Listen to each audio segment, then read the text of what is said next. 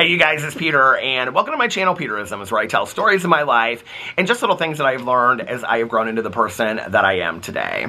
And I was just sitting out on the front porch. I did a video for my Peter Does Stuff channel, and I made some iced tea. This is bubblegum iced tea.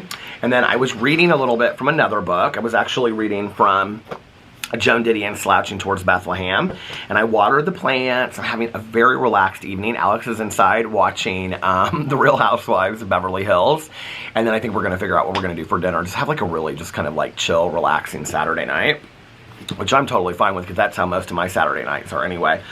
I finished last night at about 10 till 6 in the morning. I finished the book for a true crime book club, which our live stream is tomorrow. And so I'm going to start reading something else. My neighbors, I can hear him walking down the street. So anyway, I want to read from some of these meditations today. I can't remember what today is. Is today? Well, I guess maybe I'll know when I read the meditation. I hope. Is it the 6th or is it the 7th? I know I did a meditation yesterday, so hold on a second. I guess it's not bad when you lose track of what date it is, you know?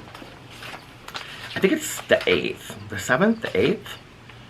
Be all you can be, find neutral ground, touch the timeline. None of these look familiar to me.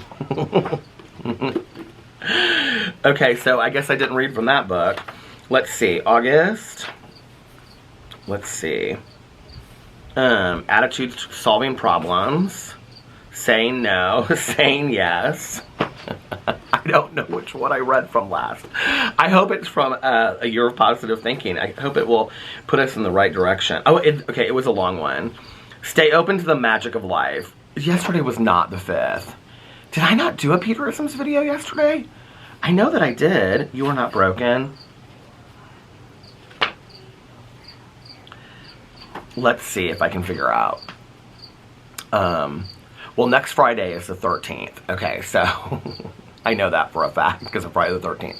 So 13, 12, 11, 10, 9, 8, 7. So today's the 7th. Okay, so let's read. Okay, this quote is from The Year of Positive Thinking, Daily Inspiration, Wisdom, and Courage by Cindy Spiegel. Extraordinarily simple. The simple things are always the most extraordinary things, and only the wise can see them. Paulo Coelho. Actually read a book of his called The Spy that I really enjoyed.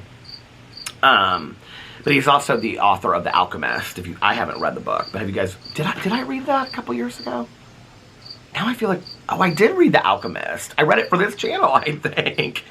Okay, the simple things are also the most extraordinary things, and only the wise can see them. You know, it's taken me a long time in life to, I think, truly appreciate that. Like, I talk about it a lot in all my videos, you know, like loving to water the plants, or talk to my neighbors, or see my dogs running around the yard, or, you know, hanging out with my friend, you know, getting a fountain pop, or laying in bed talking to Alex, or, you know, whatever. It's the small things, right? Brunch on Sunday, taking a nap with my husband and the dogs. But the reality is, I think, the sad counterpart to that is, I don't know how wise, but maybe being able to recognize loss. I think the more I've lost in this world, the more I have been able to, I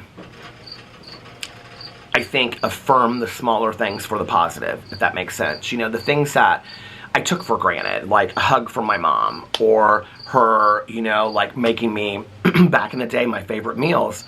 No matter if you have the recipe or not, the way that a favorite, like one of your favorite people, a mom, grandma, whatever, you know, dad, cooked a certain meal, even if you have the recipe, it doesn't taste the same when you cook it. You know, there's, I think, love and things that are put into that meal, you know. So meals of my mom's, just hearing her laugh, you know, just taking a walk with her. She and I used to take walks together a lot, or going swimming. We used to always go swimming together down the street at the pool. You know, and I think about that. I think about, like, with my aunt and my uncle, and, you know, just the small things of friends of mine that I've, you know, lost. And, you know, I think about just little things about them and little moments that I shared with them. And I think it's almost that the more that I've lost in life, the more I've been able to be appreciative of the small things. So I don't know, like, sure, maybe it's like the truly wise people are the ones that can, you know, really, I realize that it's all about the smaller, you know, finite details in life. But I think it's really also a lot about life experience of when you get to the point where you've experienced a lot of loss. You've kind of this, path in the road that you can choose, kind of like this fork in the road when you've had a lot of loss. You can either be bitter and resentful, angry and miserable towards the world and feel like the world is constantly doing you wrong and I've just lost everybody and everything that I cared about.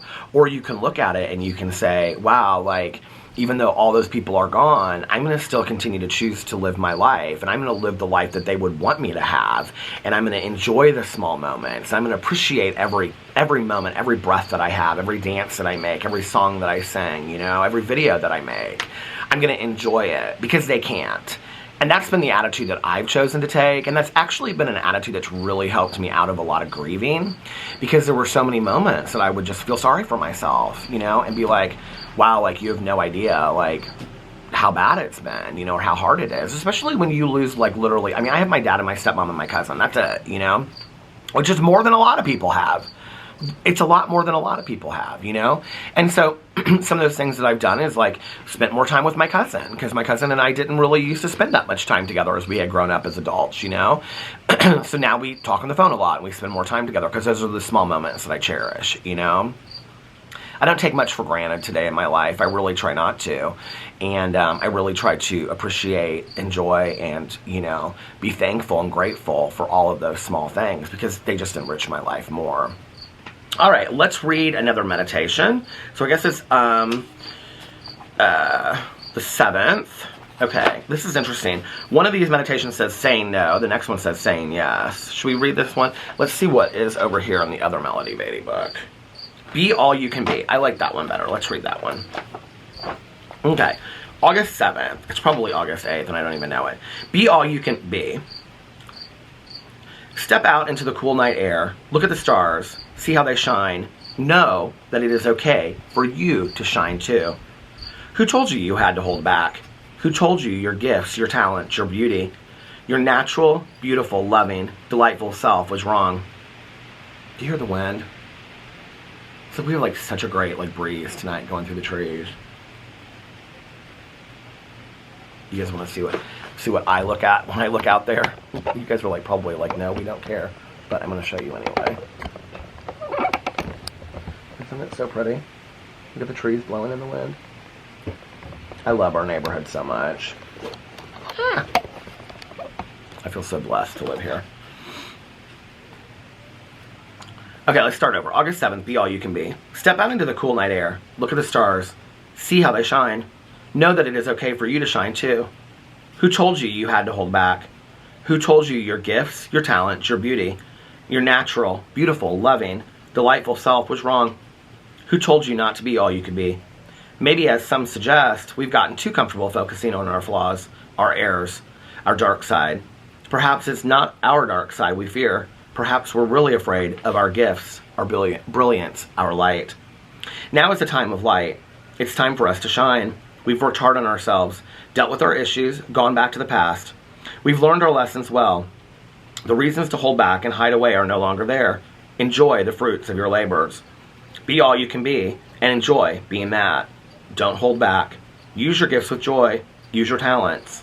There's my husband laughing at the Real Housewives. Let your light shine for all the world to see. Finally, you are free to be all that you are and can be. I love this meditation because, I think so often in life we just we're so afraid of ourselves, I think. We're so afraid of success. I didn't really understand this until I started really doing some deep evaluation on myself, and I would take a look at when I first got sober, my fears, and I had fear of failure and I also had fear of success. I didn't know how to handle that. I didn't know how to handle, somebody complimenting me or being actually good at something, because to be honest with you, I didn't feel like there was a whole lot that I was good at. I didn't feel like there was a lot that was positive about me. I could take somebody's criticism, okay? You could put me down, you could say negative things about me, you could tell me what was wrong with me, you could tell me how I had failed, how I had screwed up, you could tell me all of that, you could tell me how you were disappointed in me and whatever. I can handle that. I could handle that. What I couldn't handle was for you to congratulate me and tell me something good about myself. That I could not do. That was difficult.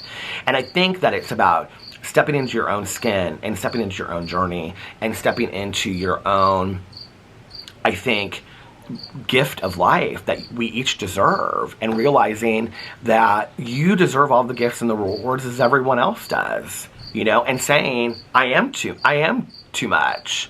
I'm going to be too much. What is this one called? Now it's growing in your, now it's about, I'm going to be all that I can possibly be. You only have one life. You only have one life. I don't know who needs to hear this out there today, that is like sitting right on the fence of trying to decide whether they should go and do something and take a risk. You only have one life. Go do it. Go do it.